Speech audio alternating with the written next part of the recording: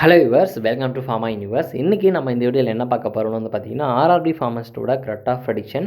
So அது வந்து every years வருமா அப்படின்னு கேட்டிங்கன்னா 2024 வந்தது, 25 வந்தது. ஸோ நெக்ஸ்ட்டு வருமா அப்படின்றது நிறைய பேர் டவுட்டு. ஸோ அதனோட எக்ஸாக்ட் கட் ஆஃப் என்னவாக இருக்கும், அதுக்கப்புறம் வந்து எம்ஆர்பி ஃபார்மஸோட ஸ்டேட்டஸ் என்ன இருக்குது, நியூ அப்ளிகேஷனுக்கான சான்சஸ், ஸோ எல்லாத்தையுமே டீட்டெயிலாக டிஸ்கஸ் பண்ண போகிறோம். So let's get into the video. So இது வந்து பார்த்திங்கன்னா 2019 ஆர்ஆர்பி ஃபார்மஸ் வந்து கண்டக்ட் பண்ணியிருந்தாங்க. ஸோ அதுக்கான நோட்டிஃபிகேஷன் இது. ஸோ ஆர்ஆர்பி வந்து எவ்ரி இயர்ஸ் வந்து வராது. ஸோ இதுக்கு முன்னாடி வந்து பார்த்திங்கன்னா 5 இயர்ஸ் ஒன்ஸ் தான் வந்துட்டு இருந்தது. 2012, 2015, 2019, 2024. ஸோ ஃபஸ்ட் டைம் வந்து பார்த்திங்கன்னா அடுத்த இயராக வந்துருச்சு. ஸோ 2024க்கு அடுத்து 2025 ஃபஸ்ட் டைம் வந்திருக்கு. ஸோ இது வந்து பார்த்திங்கன்னா 2019 மொத்தம் 277 போஸ்ட்டுக்கு வந்து கால்ஃபர் பண்ணியிருக்காங்க. ஸோ இது வந்து ஆல் இண்டியா ஃபுல்லாக 277. ஸோ சென்னைக்கு வந்து பார்த்திங்கன்னா அதில் வந்து 23 போஸ்ட் தான். ஸோ 277ல் 23 போஸ்ட் வந்து சென்னைக்கு வந்து வந்திருக்கு. அதில் வந்து பார்த்திங்கன்னா 9 அன்ரிசர்வ்டு, எஸ்சிக்கு வந்து 4, எஸ்டிக்கு 2, ஓபிசிக்கு 6, அதுக்கப்புறம் வந்து இடபிள்யூஎஸ்க்கு 2. ஸோ இதுதான் ஓவராலாக 23 போஸ்ட் வந்து 2019 வந்து கண்டக்ட் பண்ணியிருக்காங்க. ஸோ அதை கேட்டகரி வைஸாக பிரிக்கும்போது நீங்களே பாருங்கள், ஒவ்வொரு கேட்டகரிக்கும் எவ்வளோ போஸ்ட் தான் இருக்குது அப்படின்றது வந்து தெரிஞ்சுக்கோங்க. நெக்ஸ்ட் வந்து பார்த்திங்கன்னா 2024. ஸோ 2024ல் ஃபார்மசிஸ்ட் போஸ்ட் வந்து பார்த்திங்கன்னா மொத்தம் வந்து 246. ஸோ ஆல் இண்டியா ஃபுல்லாக இதுக்கு முன்னாடி 277, இது வந்து 246. ஸோ தமிழ்நாட்டுக்கு வந்து பார்த்திங்கன்னா இதில் வந்து 31 போஸ்ட் வந்து கொடுத்துருந்தாங்க. அந்த 31ல் பாருங்கள், நம்ம கேட்டகரி வைஸ் பிரிக்கும்போது ரொம்பவே வந்து கம்மியாக இருக்குது. ஸோ 31, அதில் அன்ரிசர்வ்டில் வந்து பார்த்திங்கன்னா ஓப்பன் கேட்டகரியில் 19 போஸ்ட் வந்து இருக்குது. எஸ்சிக்கு வந்து 2, எஸ்டிக்கு வந்து 0, நமக்கு ஓபிசி வந்து பார்த்திங்கன்னா 2. ஸோ இந்த ஓபிசியில் பிசி வருவாங்க, பிசிஎம் வருவாங்க, எம்பிசி வருவாங்க. ஸோ ஓபிசியில் அது எல்லாமே சேர்ந்து எல்லாருக்கும் சேர்த்து வந்து 2. So next இடபிள்யூஎஸில் 8. ஸோ இந்த மாதிரி தான் வந்து லாஸ்ட் இயர் கண்டக்ட் பண்ண ஆர்ஆர்பியில் வந்து ஸ்ப்ளிட் பண்ணி கொடுத்துருந்தாங்க. ஸோ இந்த 277 நமக்கு வந்து பாருங்கள், அதுக்கப்புறம் வந்து 23 போஸ்ட் கொடுத்துருந்தாங்க. இதில் வந்து 31 போஸ்ட்டு. அதே போல் இந்த வருஷம் பார்த்திங்கன்னா 105 போஸ்ட் தான் வந்து ஆல் இண்டியா ஃபுல்லாக வந்து கன்ஃபர் பண்ணியிருந்தாங்க. ஏன்னா அடுத்த இயர்லேயே வந்து கண்டக்ட் பண்ணாங்க. ஸோ இது வந்து 2025க்கான நோட்டிஃபிகேஷன். ஸோ அதில் வந்து பார்த்திங்கன்னா நமக்கு வந்து 105 போஸ்ட் தான் ஃபார்மசிஸ்ட்க்கு வந்து கொடுத்துருந்தாங்க. ஸோ இந்த 105 போஸ்ட்டில் நம்ம சென்னை ரீஜனுக்கு வந்து பார்த்திங்கன்னா வெறும் 12 போஸ்ட்டு. அந்த 12 போஸ்ட்டில் வந்து பாருங்கள், ஸோ ஸ்ப்ளிட் பண்ணும்போது அன்ரிசர்வ்டில் வந்து 3, எஸ்சிக்கு வந்து 3, எஸ்டிக்கு வந்து 4. ஸோ லாஸ்ட் டைம் வந்து 0 கொடுத்துருந்தாங்க. ஸோ அதனால் அதிகமாக கொடுத்துருப்பாங்க போல். ஸோ 4 கொடுத்துருக்காங்க. ஓபிசிக்கு வழக்கம் போல் 2 தான். ஸோ இது ஓவராலாக வந்து பார்த்திங்கன்னா 12 post. So last year cut off வந்து பார்த்திங்கன்னா இதுக்கு வந்து இப்போ வந்து லாஸ்ட் இயர் 31 போஸ்ட் வந்து இருந்தது. அந்த 31 போஸ்ட் வந்து பார்த்திங்கன்னா கட் ஆஃப் வந்து இப்படி தான் இருந்தது. ஸோ அன்ரிசர்வ்டு வந்து பார்த்திங்கன்னா 65, இது வந்து தமிழ்நாட்டுக்கு. ஸோ இது வந்து 65, அதுக்கப்புறம் எஸ்சிக்கு வந்து 57. ஸோ லாஸ்ட் டைம் வந்து எஸ்டிக்கு வந்து ஸ்பெசிஃபிக்காக கொடுக்கல. ஸோ அதனால் வந்து இது மென்ஷன் பண்ணல. ஸோ நெக்ஸ்ட் வந்து பார்த்திங்கன்னா ஓபிசிக்கு வந்து 65. ஸோ ஆல்மோஸ்ட் வந்து அன்ரிசர்வ், ஓபிசி ரெண்டுமே ஈக்குவலாக தான் இருக்குது. ஸோ இது வந்து பார்த்திங்கன்னா 31 போஸ்ட் இருக்கும்போது இந்த மாதிரி இருக்குது கட் ஆஃப். ஸோ இப்போ வந்து அதுக்கும் கம்மி. ஸோ இப்போ வந்து பார்த்திங்கன்னா இதுக்கு முன்னாடி, அதாவது 2019, 15லலாம் வந்து இன்னுமே கட் ஆஃப் கம்மியாக இருந்திருக்கு. காரணம் வந்து கொஷினோட டிஃபிகல்ட்டி லெவல் ஒன்று, அதுக்கப்புறம் நம்பர் ஆஃப் போஸ்டிங். ஸோ இதை பொறுத்து தான் எப்பவுமே கட் ஆஃப் வந்து இருக்கும். ஸோ இப்போ வந்து பார்க்கும்போது 31 போஸ்ட்டுக்கு இந்த மாதிரி இருக்குது. ஸோ கட் ஆஃப் வந்து இன்னுமே அதிகமாக வாய்ப்பு இருக்குது. காரணம் வந்து இப்போ 12 போஸ்ட் தான் வந்து கொடுத்துருக்காங்க. ஸோ கொஷினோட லெவலும் கொஞ்சம் மாடரேட் தான். ஸோ ரொம்ப டிஃபிகல்ட்டி லெவல்னு சொல்ல முடியாது. ஸோ மாடரேட்னும் போது நிறைய பேர் வந்து நிறையவே நல்லா ஸ்கோர் பண்ணியிருக்காங்க. ஸோ நாமளும் வந்து வாட்ஸ்அப்லேயும் யூடியூப்லேயும் வந்து போல் க்ரியேட் பண்ணியிருந்தோம். ஸோ அதில் வந்து பார்த்திங்கன்னா ஆல்மோஸ்ட் வந்து 65க்கு மேலே நிறைய பேர் இருக்காங்க. 70க்கு மேலே எனக்கு தெரிஞ்சே இருக்காங்க. ஸோ அப்படி இருக்கும்போது 70 இருக்க நிறைய வாய்ப்பு இருக்குது. ஸோ அன்ரிசர்வ்டில் வந்து பார்த்திங்கன்னா, ஏன்னா போஸ்ட்டே 3 போஸ்ட் தான் இருக்குது. ஸோ 3 பேர் வந்து 70 கிட்ட எடுத்திருந்தாலே அவங்களுக்கு கிடச்சிரும். ஸோ அப்படி இருக்கும்போது ஸோ இங்கே 3 போஸ்ட், அதே போல் ஓபிசிக்கு 2 போஸ்ட்டு. ஸோ ஆல்மோஸ்ட் ஈக்குவலாக வரும். ஸோ 70 கிட்ட எடுக்கிறவங்களுக்கு நிறையவே வந்து சான்ஸ் இருக்குது. 65 வந்து பார்த்திங்கன்னா இப்போ வந்து எஸ்சிக்கு வந்து லாஸ்ட் டைம் வந்து 57. ஸோ இந்த டைம் அவங்களுக்குமே வந்து பார்த்திங்கன்னா நியர்லி 60க்கு மேலே நிறைய வாய்ப்பு இருக்குது. எஸ்டியில் இருக்கிறவங்களுக்கு மட்டும் 55 to 60 இருக்குது நிறைய வாய்ப்பு இருக்குது. ஸோ ஏன்னா அவங்களுக்கு 4 போஸ்ட் ரிசர்வில் இருக்கிறதுனால ஸோ அதிலே வந்து அவங்களுக்கு நிறைய வாய்ப்பு இருக்குது. பட் அதுலேயும் 2 போஸ்ட் வந்து எக்ஸ் சர்வீஸ் மேன், அப்புறம் ஹியரிங் இம்பேர்மெண்ட் இருக்கிறவங்களுக்கு வந்து போக போகுது. ஸோ அது எந்த கேட்டகரியில் போகும் அப்படின்னு வந்து ஷூராக தெரியல. ஸோ அதனால் வந்து 12 போஸ்ட்டில் 2 போஸ்ட் போயிடுச்சுன்னா அந்த 10 தான். அந்த 10ல் தான் இப்படி ஸ்ப்ளிட் ஆகும்.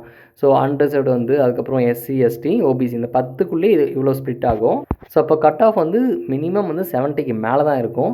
ஸோ அதுக்கப்புறம் வந்து இன்கேஸ் அடுத்த சான்ஸ் வந்து பார்த்திங்கன்னா 65 to 70. ஸோ இன்கேஸ் 70க்கு மேலே 1 or 2% தான் இருக்காங்க அப்படின்னும்போது ஸோ அடுத்த சான்ஸ் வந்து 65 to 70 கிட்ட இருக்க வாய்ப்பு இருக்குது. பட் அது லெஸ் சான்ஸ் தான்.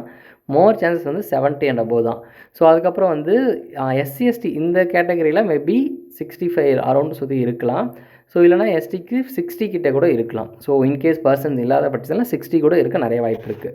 ஸோ நம்ம ப்ரீவியஸ் ஹிஸ்ட்ரி அண்ட் நம்ம டிஃபிகல்ட்டி எவ்வளோ பார்க்கும்போது ஸோ ஆல்மோஸ்ட் வந்து 65 to 70 இதுதான் ஃபைனல் கட் ஆஃபாக இருக்கும். ஸோ கண்டிப்பாக வந்து அதிகமாக தான் இருக்க போகுது லாஸ்ட் டைம் கம்பேர் பண்ணும்போது. ஸோ இந்த போஸ்டிங் நம்பர்ஸ்லாம் நான் காமிச்சதுக்கு மெயின் ரீசனே வந்து பார்த்திங்கன்னா எந்த அளவுக்கு வந்து கம்மியான போஸ்டிங்ஸ் வந்து பாருங்கள் நமக்கு சென்ட்ரல் கவர்மெண்ட் சைடில்.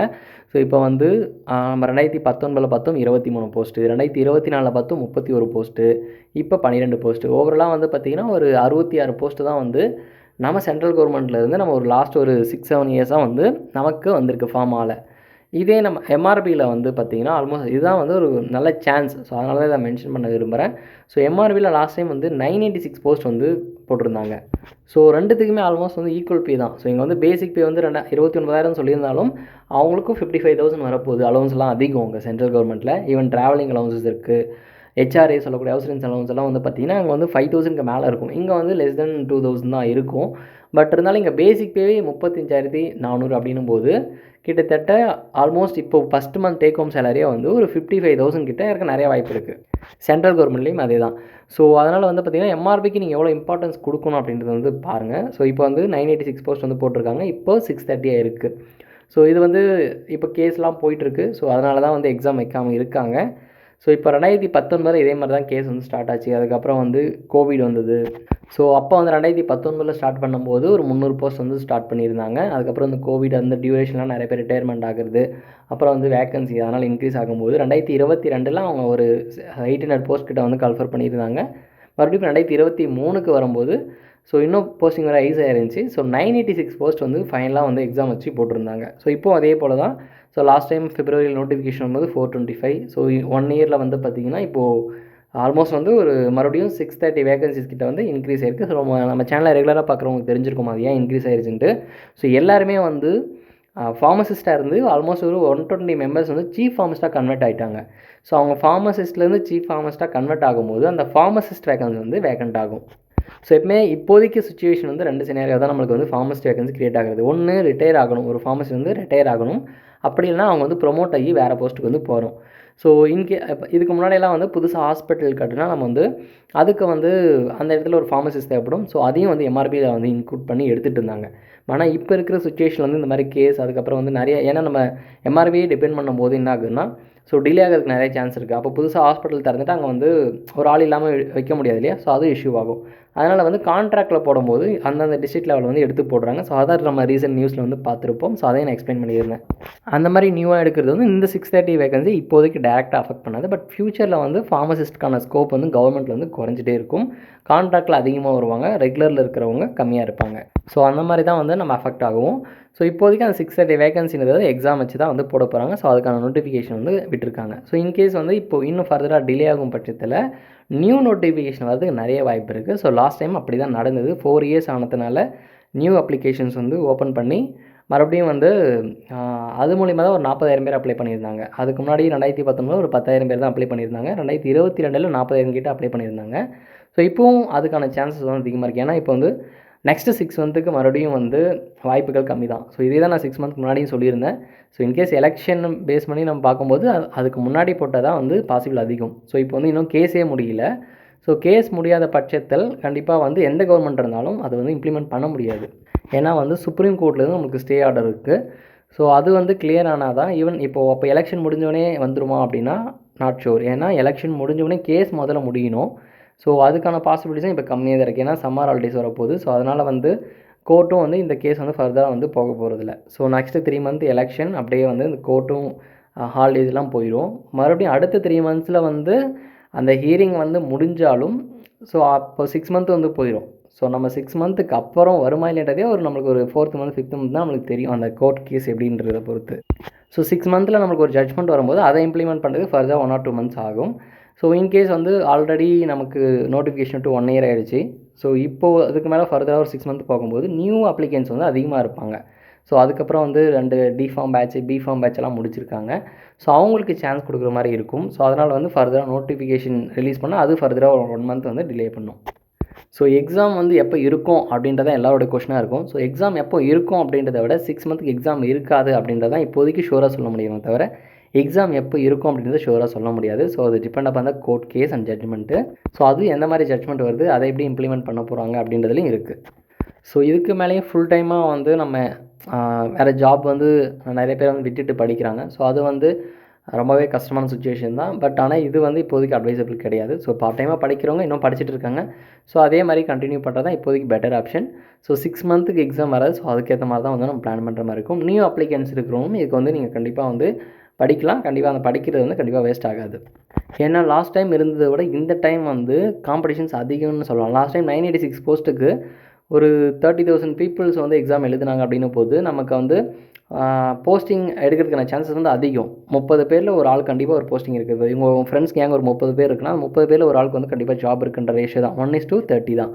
ஆனால் இப்போ வந்து கட் ஆஃப் அதிகமாக வர வாய்ப்பு இருக்குது. போஸ்டிங் வந்து கம்மி. அதே போல் நம்பர் ஆஃப் அப்ளிகேஷன்ஸும் அதிகம். ஸோ அப்படின்ற பட்சத்தில் வந்து அது இல்லாமல் லாஸ்ட் டைம் வந்து இந்த மாதிரி கோச்சிங் போயிட்டு ப்ரிப்பேர் மெட்டீரியல்ஸ் வச்சுக்கிட்டு ஸோ இவ்வளோ டைம் ஸ்பெண்ட் பண்ணி படிக்கிறவங்க வந்து கம்மி. ஸோ அதனால் வந்து நிறைய அந்த ஷார்ட் டைமில் நல்லா எஃபர்ட் போட்டவங்க குவாலிஃபை ஆகிட்டாங்க. ஆனால் இந்த டைம் அந்த மாதிரி ஒர்க் அவுட் ஆகுன்றது ரொம்பவே வாய்ப்பு கம்மி தான். ஏன்னா இப்போவும் படிச்சுட்டே தான் இருக்காங்க.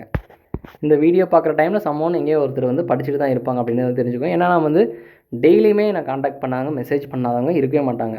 நியூ சிலபஸில் டவுட்ஸ் கேட்குறதா இருக்கட்டும், நோட்ஸ் கேட்குறதா இருக்கட்டும், ஸோ எல்லா சம் குரூப்ஸில் வந்து நமக்கு மார்க் டெஸ்ட்டை எடுத்துகிட்டு இருக்கிறதா இருக்கட்டும், ஸோ எல்லா ஆக்டிவிட்டீஸுமே வந்து side by side part time படிக்கிறவங்க படிச்சுட்டு தான் இருக்காங்க. ஸோ அதில் நீங்களும் அந்த மாதிரி இருங்க அப்படின்றத நான் சொல்ல வரேன். அப்படி இருந்தால் மட்டும்தான் ஜாப் வாங்குறதுக்கான பாசிபிலிட்டிஸ் வந்து அதிகம் இப்போ இருக்கிற சுச்சுவேஷனில். ஏன்னா அப்போ இருந்தது வேறு, இப்போ இருந்த சுச்சுவேஷன் வந்து வேறு. ஸோ அதனால் வந்து இந்த டைமுக்கு ஏற்ற மாதிரி நம்ம ப்ரிப்பேர் பண்ணால் தான் அது கண்டிப்பாக வந்து நமக்கு எக்ஸாமில் வந்து எஃபெக்டிவாக இருக்கும். ஸோ எம்சிக்யூ அட்டன் பண்ணுறதே வந்து ஒரு இம்பார்ட்டன்ட் சாய்ஸாக வச்சுக்கோங்க.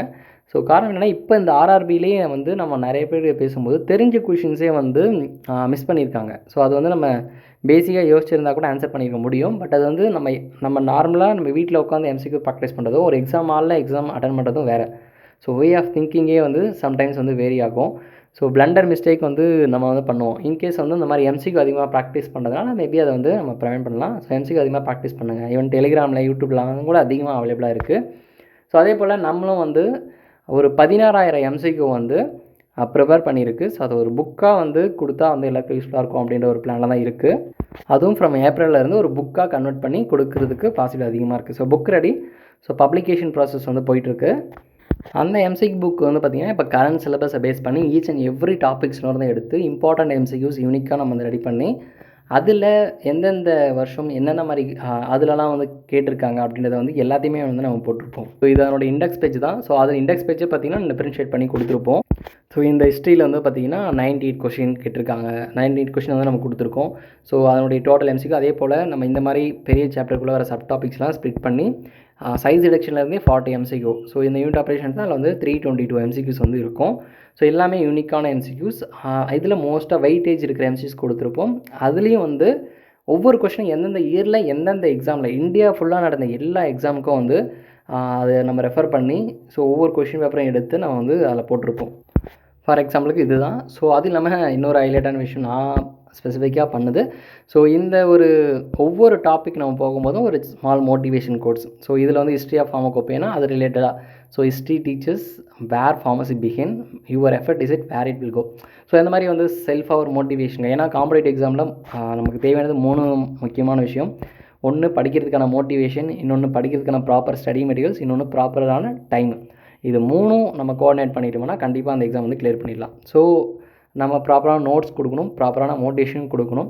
ஸோ டைம் வந்து நீங்கள் அதை மேனேஜ் பண்ணி படிக்கணும். ஸோ இப்படி தான் நம்ம பிளான். ஸோ மேக்ஸிமம் இந்த சைடில் நம்ம என்ன பண்ணணுமோ அதெல்லாம் பண்ணணும் அப்படின்றதுக்காக இதெல்லாம் நான் பண்ணியிருப்பேன்.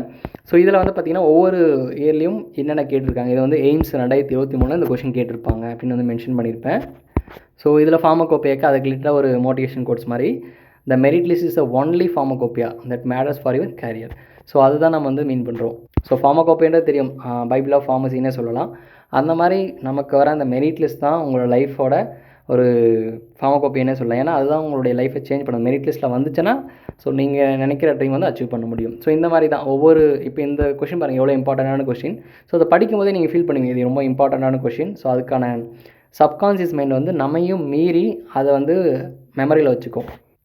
ஸோ அது அந்த Indian pharmacopoeia was published in. So இது வந்து பாருங்கள் நிறைய டைம் வந்து இந்த கொஷின் வந்து கேட்டிருக்காங்க. ஸோ இது வந்து 2 டைம் கேட்டிருக்காங்க. ஸோ அப்படின்னு வந்து அதெல்லாமே மென்ஷன் பண்ணியிருப்போம். ஸோ அந்த மாதிரி தான் எம்சி புக் வந்து ரெடியாக இருக்குது.